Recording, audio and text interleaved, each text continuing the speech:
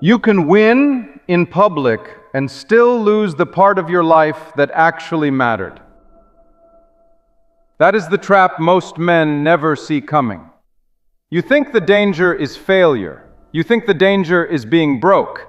You think the danger is falling behind other men. But for a lot of men, the real danger is this. You finally get the money. You finally get the respect. You finally build the image. And when you turn around, the people who needed you most learned how to live without you. Nobody tells you this when you're chasing success. They tell you to grind. They tell you to sacrifice. They tell you to outwork everyone. They tell you sleep is for the weak. They tell you your family will understand. They tell you your kids will be proud one day. They tell you your wife should support the mission. They tell you the money will make up for the absence. And maybe for a while it feels true, because the numbers go up, the schedule gets full, people start respecting you, your name gets mentioned in rooms you used to dream about entering.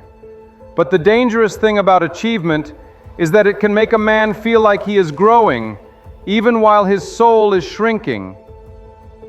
Because not every win is a real win.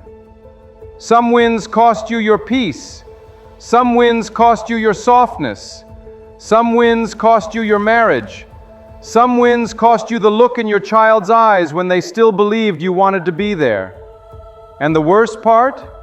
You may not notice the cost until the receipt shows up years later. One day your daughter stops asking you to play. One day your son stops trying to tell you about his day. One day your wife stops explaining why she feels alone. One day your body is in the house, but your presence has already left the room. And you call it providing, but deep down you know. You were not just providing, you were hiding. Hiding behind work, hiding behind pressure, hiding behind the excuse that everything you're doing is for them. But if it is for them, why are they getting the leftovers of you? There are two scoreboards every man is living by. The first scoreboard is the one everyone can see. Money, status, views, followers, title, body, house, car, position, the things people clap for. That scoreboard is loud. It gives you quick feedback. It rewards you fast. It makes you feel important. It makes you feel ahead. But there is another scoreboard, and that one is quieter. Did your children feel safe with you? Did your wife feel cherished or managed? Did your words still mean something? Did your private life match your public image? Did people become stronger after being close to you? Did you become the kind of man your younger self needed? That scoreboard does not trend. It does not go viral. It does not always pay quickly, but it is the scoreboard that will speak the loudest when your life gets quiet. Because one day your name will be spoken without you in the room, and the question will not be how busy was he? The question will not be how much did he earn? The question will not be how many people admired him online. The question will be, what did it feel like to be loved by him? That question should sober a man. Because some men are respected by strangers and emotionally avoided by their own family. Some men are powerful at work and fragile at home. Some men can lead teams, close deals, make decisions, and handle pressure. But they cannot apologize to their wife without defending themselves. They cannot listen to their child without checking their phone. They cannot sit in silence without reaching for distraction. They cannot be wrong without turning it into a war. And then they wonder why the home feels cold. It is not always because the people around you stopped loving you. Sometimes it is because they got tired of fighting for access to the real you. The man they needed kept getting postponed. After this season, after this project, after this debt is paid, after this promotion, after this launch, after this grind. But seasons become years when a man refuses to wake up. Imagine your funeral. Not in a dramatic way, just honestly. Imagine the room, The people sitting there, the quiet, the photographs, the memories, the things people are brave enough to say out loud, and the things they are too hurt to say. What would your wife say if she told the truth? Not the polite version, not the version that protects your image, the truth. Would she say, he was present? Would she say, he listened? Would she say, he made me feel safe?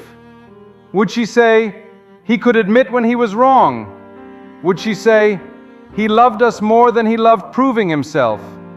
Or would there be a sadness in her voice? Because she knew you had a good heart, but you kept giving your best energy to everything except home. What would your kids say? Would they remember your face looking at them? Or the top of your head looking down at your phone? Would they remember your voice blessing them? Or only correcting them? Would they remember a father who entered the room with warmth, or a man whose mood controlled the weather of the house? That is not to shame you, that is to wake you up, because regret is built in small ignored moments. The conversation you rushed, the apology you delayed, the bedtime you missed, the promise you broke, the anger you excused, the phone you picked up, the discipline you said you would start tomorrow, the version of you that kept waiting for a better time. A man rarely destroys his life all at once. He leaks it. One compromise, one excuse, one distracted evening, one uncontrolled reaction, one more day living as if time will keep forgiving him. So what do?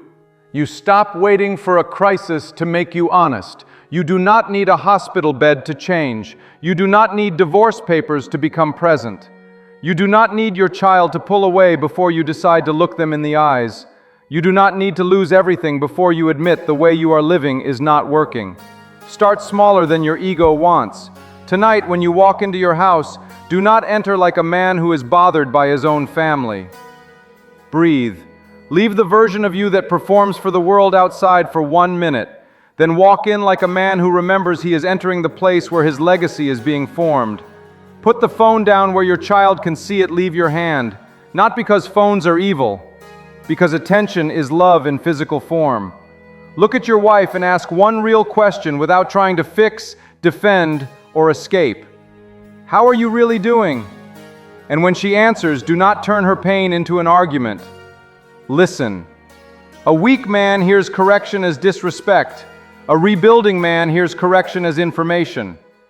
If your child comes near you, do not make them compete with a screen.